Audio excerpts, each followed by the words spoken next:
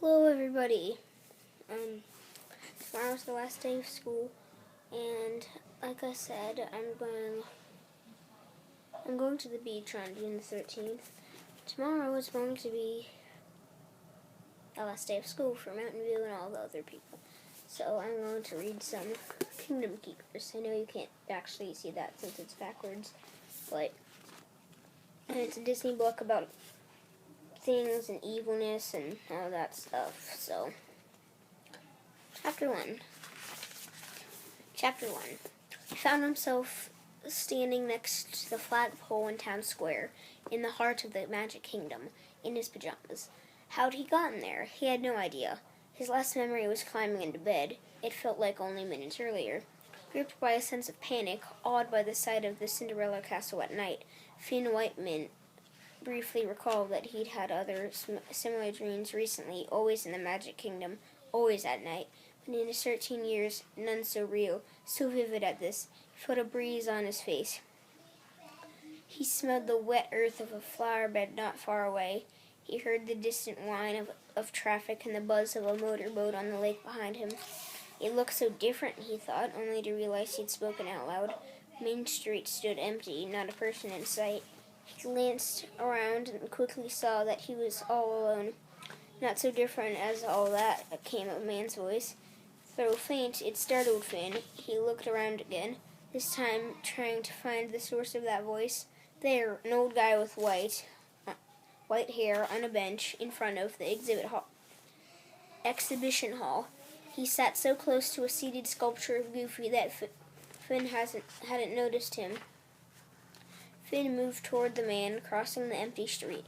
It felt unusually light, almost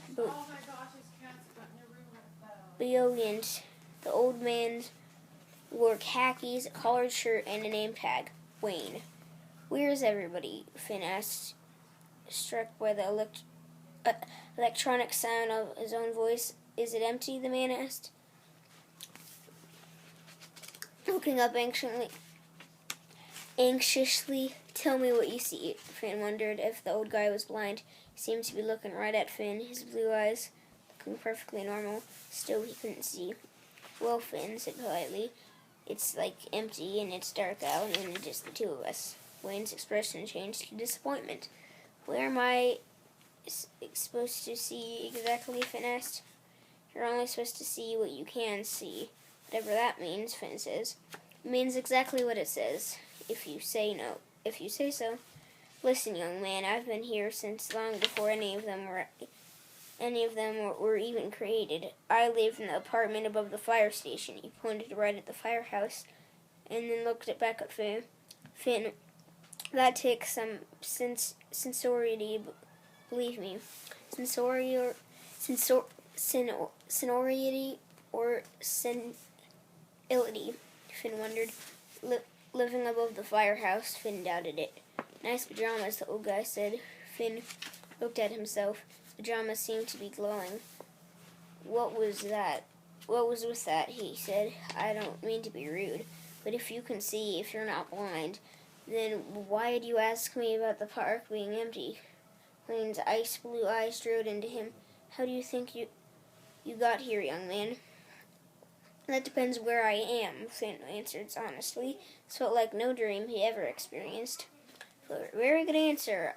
I expected no less of you." "Excuse me?" "I assumed that you'd question this.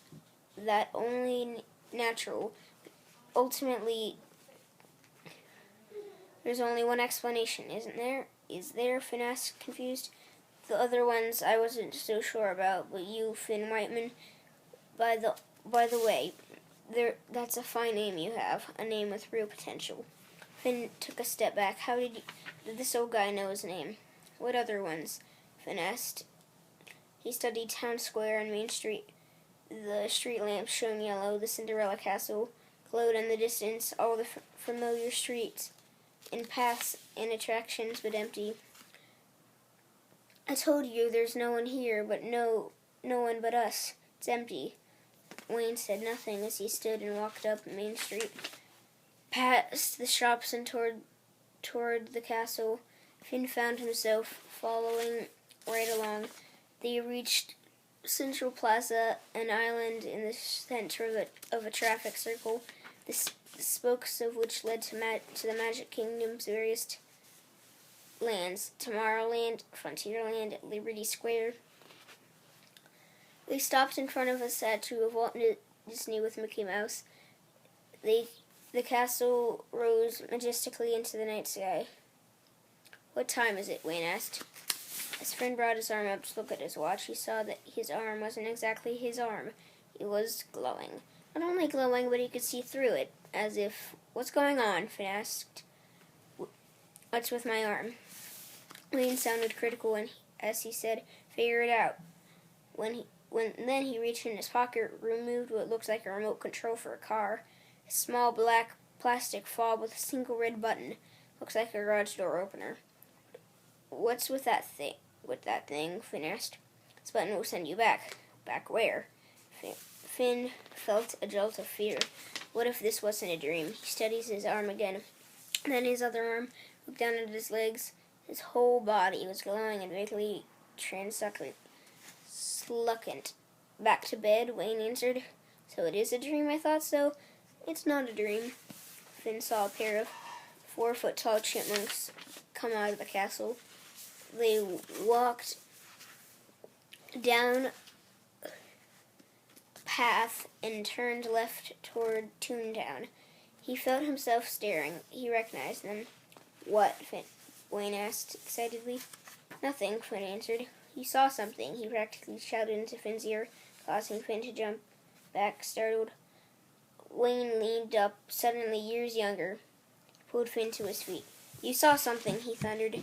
"Hey, what's the big deal?" "Tell me what you saw." "You saw it too," Finn told him. "Which character?" Finn moved. Wayne knew Finn had seen a character, which had to mean he'd seen it too. He was clearly playing some kind of game, making Finn actually name the character, but Finn was good at games. "Which character did you see?" Finn asked. "You want me to push this button?" Wayne threatened. Did he? Finn wasn't sure. If it was a dream...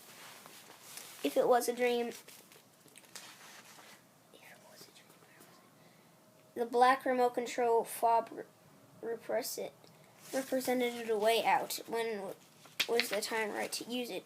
He hoped to stretch this out a minute longer. It was fun here. He glanced around at the sound of the footstep. Goofy was tearing past them, not 30 feet away, and headed into Frontierland. Wayne never moved, never looked into Goofy's direction. "Playing head games with me," Finn said. "Am I?" "Goofy," Finn said. Are you asking if I'm Goofy?"